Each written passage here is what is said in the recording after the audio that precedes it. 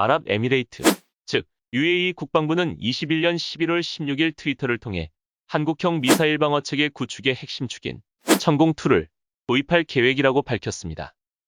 거래 규모는 35억 달러, 약 4조 1,352억 원으로 현재 협상 상황이 좋아 최종 합의에 가까워졌다고 UAE 국방부는 전했습니다. 방산 관계자는 이번 수출이 성사되면 역사적인 사건이 될 것이라며 한국 방산업계의 수출 경쟁력을 높일 것으로 기대하고 있다고 밝혔습니다. 이처럼 역사적이고 의미 있는 규모의 방산 계약이 갑자기 성사되었다는 소식에 대부분의 사람들은 단편적으로 한국의 방산 기술의 훌륭함에 감탄하였지만 사실 그 뒤에서는 수년간 체계적으로 수행된 양국 간 전략적인 협력이 있었습니다. 그러면 지금부터 어떤 과정을 통하여 이러한 역사적인 방산 계약이 성공에 이를 수 있게 되었는지 알아보도록 하겠습니다.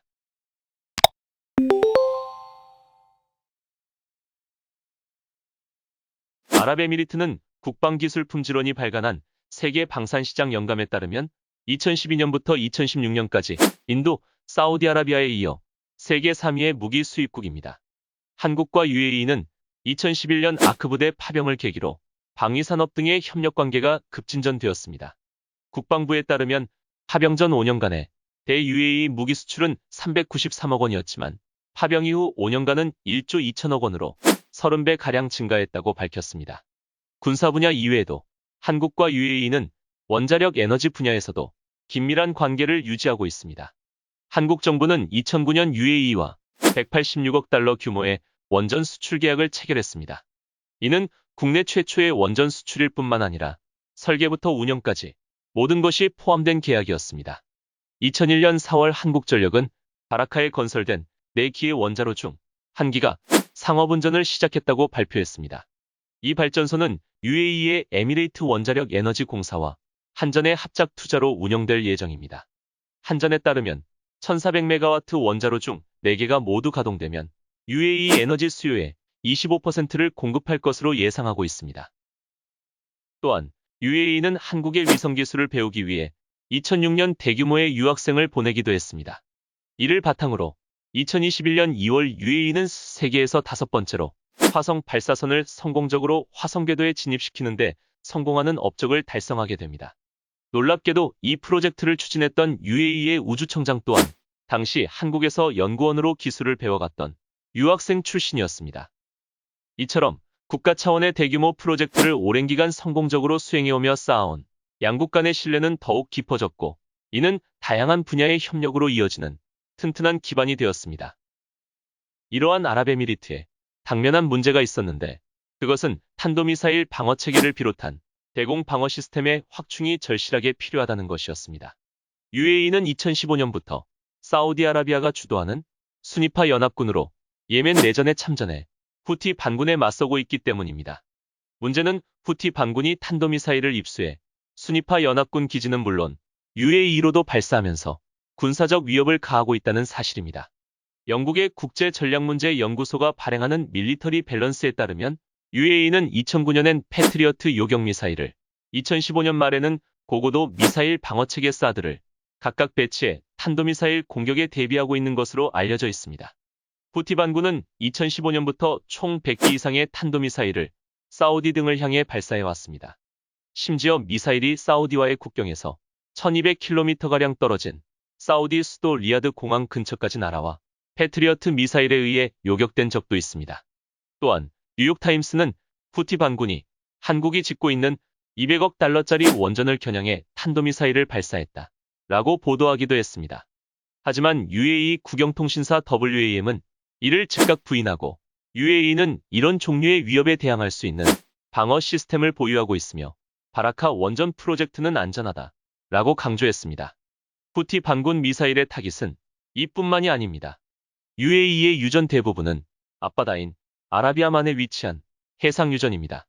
현지 관계자에 따르면 이 지역에선 점점이 흩어진 섬 사이로 인공섬을 건설하고 파이프를 연결해 원유를 채취, 운송, 정유하고 있는 상황인데 만일 이 지역에 미사일이 떨어지면 유전지대가 불바다가 되어 치명적인 경제적 손실이 발생될 수 있기에 UAE는 사활을 걸고 이들로부터 유전지대를 지켜야만 했습니다.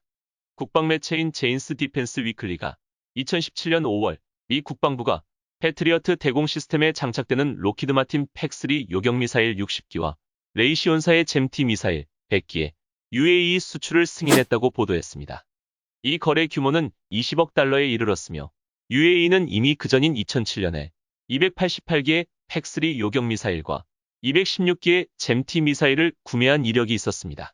이처럼 무기체계 수요가 갈수록 늘고 있음에도 UAE는 자체 생산은 물론 해외 도입도 신속하고 원활하게 진행하지 못하고 있는 상황이었습니다. 이에 UAE는 다양한 방식으로 필요한 무기체계의 국산화를 시도해왔습니다. 국영 방산업체인 EDIC를 중심으로 무인기, 군수지원, 탄약, 유도무기와 국방전자 부문의 자회사를 운영하였지만 기술력과 경험, 생산 능력이 부족해 여전히 외부 지원이 필요하였습니다. 이처럼 무기체계 확보를 위한 막대한 자금을 쏟아붓고 있는 UAE의 상황에 북한 탄도미사일 방어 시스템을 개발 중인 한국의 등장은 마치 사막의 오아시스와 같은 존재로 보였을 것입니다. 한국은 무엇보다 군사적 경제적으로 UAE와 우호적인 관계이며 신뢰할 수 있는 기술과 인적 자원을 가지고 있어 최적의 파트너가 될 것이라는 생각이 들었을 것입니다. 한국 입장에서도 UAE와의 협력은 개발 자금과 판로를 동시에 확보할 수 있는 이점이 있어 서로의 필요가 잘 맞아떨어져서 윈윈할 수 있는 상황이라고 볼 수 있습니다. 다만 우리 입장에서는 인접국의 반발과 이란과 카타르 등 중동 국가들의 불만에 신경을 쓸 수밖에 없는 상황이기도 했습니다. 대표적으로 사우디의 숙적인 이란은 사우디의 동맹국인 UAE가 미사일 방위력을 증강하는 상황을 가만히 보고만 있을 리는 없을 것입니다. 이런 여러 민감한 사정들을 해결하고 긴밀하게 협력을 지속하기 위하여 한국은 국방장관과 대통령 비서실장을 한 달 사이 UAE 급파하여 긴밀하게 협상을 진행하기도 했습니다. 그러나 정부는 이러한 군사협력에 관하여 구체적인 언급은 피했습니다. 이런 분위기 속에 2017년 2월 UAE의 수도 아부다비에서 열린 방산전시회 아이덱스에 한국 기업이 대거 참여하기도 했습니다. 당시 한화그룹은 방산 계열사 4곳을 전부 참여시켰으며 최신 유도무기인 천무와 지대공 미사일 표적탄, K9 자주포와 K10, 탄약운반 장갑차 등을 전시했습니다.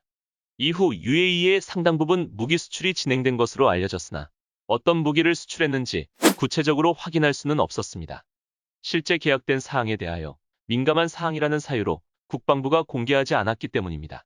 핵심 당국자는 모든 나라에 무기를 수출해야 하는 수출국 입장에서 구체적인 방산물자 공급 현황을 공개하기 어려운 측면이 있다 라고 당시의 상황을 설명하였습니다.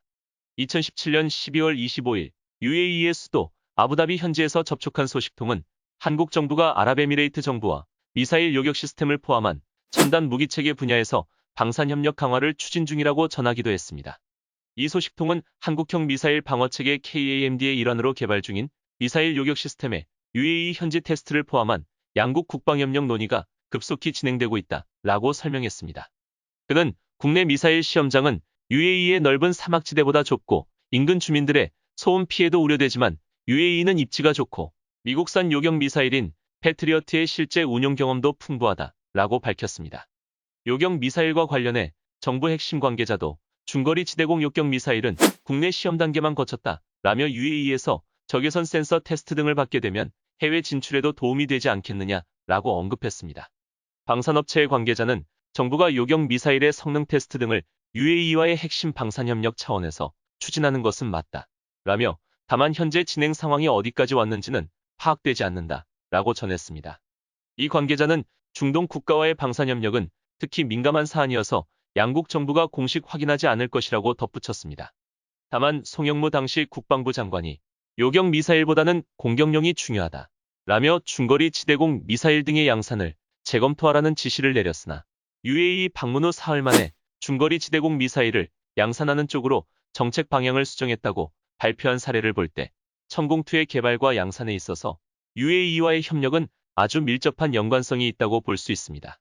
이와 같은 양국 간의 밀접한 협력 과정을 볼 때 확인된 사실은 없지만 천공투는 UAE 시험장에서 더욱 실전적이며 다양한 테스트를 거쳤을 수 있으며 더 나아가 중동 국가의 상황을 고려해 볼 때 현재 실전과 가까운 상황에까지 적용하여 유효성을 이미 충분히 검증했을 것이라는 추정도 가능합니다.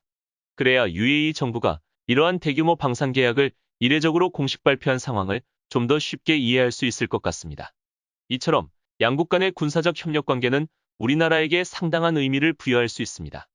천공2의 개발과 양산 및 실전 배치에 있어서 UAE와의 협력이 없었다면 개발이 훨씬 늦어졌거나 양산 계획 자체가 무산되었을 가능성도 배제할 수 없습니다. 천공2의 성공적인 개발에 이어 세계 무대에 화려하게 안착한 것을 계기로 하여 다음 단계의 개발 사업인 장거리 지대공 미사일인 LSAM 개발에까지 긍정적인 영향을 발휘하여 우리의 영공을 우리의 기술로 지킬 수 있는 군사강국으로 거듭나는 모습을 멀지 않은 미래에 볼 수 있을 것입니다.